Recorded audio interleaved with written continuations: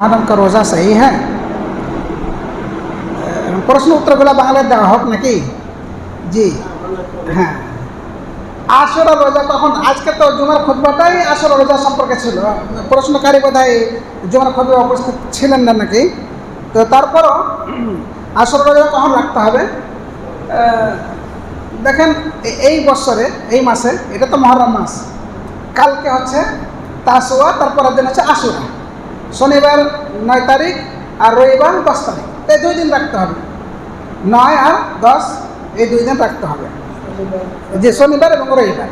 তা আজকে সেহরি খেতে হবে রাত্রে, আজকে সেহরি খেতে হবে। জি, শনিবার রবিবার রাখেন, হ্যাঁ ইনশাল্লাহ হবে। আল্লাহ রাসূল সাল্লাল্লাহু আলাইহি সাল্লাম জীবন পর্যন্ত এই 10 তারিখে রোজাটা রেখেছিলেন, কিন্তু যে বছর উনি ইন্তেকাল করেন, মারা যান, সেই বছর আল্লাহ রাসূল বললেন যে আমি যদি বেঁচে থাকি তাহলে আগামী বছর আমি 9 তারিখও মানে সিয়াম রাখবো মুহররমে। তো এখানে উনি খুতবায় কিছু বলেছিলেন।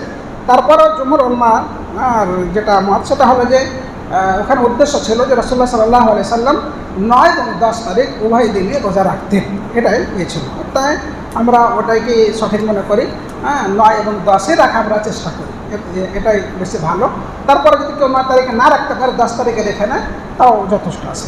কিন্তু ওই কিছু উলামায়ে কেরাম স্তর উল্লেখ করেছেন যে 9, 10, 11 এই 3 দিন রোজা রাখা 1 নম্বর, এটা বেশি উত্তম। তারপরে 9, 10 রাখা এই 2য় নম্বরে, তারপরে 10 এবং 11 তারিখে রাখা এটা 3য় নম্বরে। আর যদি না হয় তো 4র্থ নম্বরে শুধু 10 তারিখে রাখা, এগুলো একটা ঠিক না। সবথেকে উত্তম হলো যে 9, 10-এ রাখতে হবে। আর 9 তারিখে যদি কেউ না রাখতে পারে, কোনো সময় 10 তারিখে রাখবে, এই দুটো স্তর রয়েছে, 9, 10 অথবা শুধু 10। ঠিক আছে, আমরা চেষ্টা করবো 9, 10-এ রাখা, এটা হলো একটা কথা। দ্বিতীয়, ফাজিলাত, এর গুরুত্ব তো অনেকে রয়েছে, কিন্তু ফাজিলাত হচ্ছে কি যে রাসূল সাল্লাল্লাহু আলাইহি ওয়াসাল্লাম বলেছেন যে সিয়াম আশুরা আহতাসিবু আলাল্লাহি ইউকাফিরা সানাত আল্লাতী বা'দাহু, যে আশুরা যদি রোজা রাখা হয় তাহলে আল্লাহ রাব্বুল আলামিনের কাছে আমি আশাবাদী, আশা রাখি যে আল্লাহ রাব্বুল আলামিন এই আশুরা রোজা সিয়াম রাখার কারণে বিগত 1 বছরের গুনাহ আল্লাহ রাব্বুল আলামিন কী করবেন? মাফ করে দেবেন। এটা হলো ফাজিলত। যদি আমরা এই 2 দিন বা 1 দিন রোজা রেখে নিই, তাহলে কিন্তু ইনশাআল্লাহ যতগুলো সাগীরা ছোট ছোট গুনাহ হয়েছে আমাদের বিগত 1 বছরে, আল্লাহ রাব্বুল আলামিন ক্ষমা করে দেবেন ইনশাআল্লাহ। তো আমাদের উত্তর হয়ে গেছে।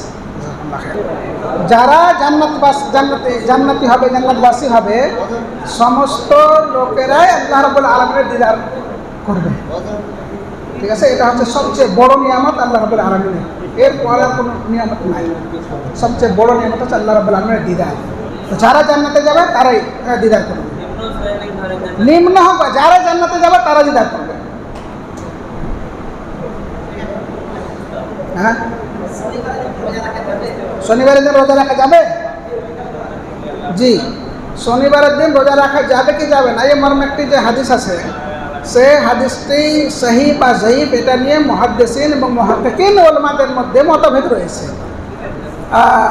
আমরা ওটাকে সহিহ বা হাসান মেনে নেওয়ার পরও আমরা এভাবে ওখানে কথা বলে থাকি যে শুধু নফল, একদম নফলি রোজা শুধু একদিন শনিবারের দিন রাখা যাবে না। তবে যে কোনো প্রকারের রোজা যদি একদিন আগে বা একদিন পরে মিলিয়ে রাখা হয় তাহলে রাখা যাবে। এটা আমরা যখন থেকে দাঁড়িয়াবাদে পড়াচ্ছিলাম তখন তো এটা গবেষণা করে শেখ জাফর সাহেবের সাথে সম্পর্কে কথা হয়েছে বা আমাদের কিছু লেখাও আছে। তো ওনারা তো ওটা মানেন না, আমরা এইভাবেই কথা বলে আসেন। জুমহুর অধিকাংশ উলামাদের মতো এটা যে শনিবারের দিন শুধু যদি কেউ নফল রোজা রাখতে চায় তো না রাখাই ভালো, তবে একদিন আগে মিলিয়ে নেওয়া বা পরের দিন মিলিয়ে নিয়ে যদি রাখে তাহলে সমস্যা নাই। এটা আমাদের নিকটে বেশি উত্তম আর কি।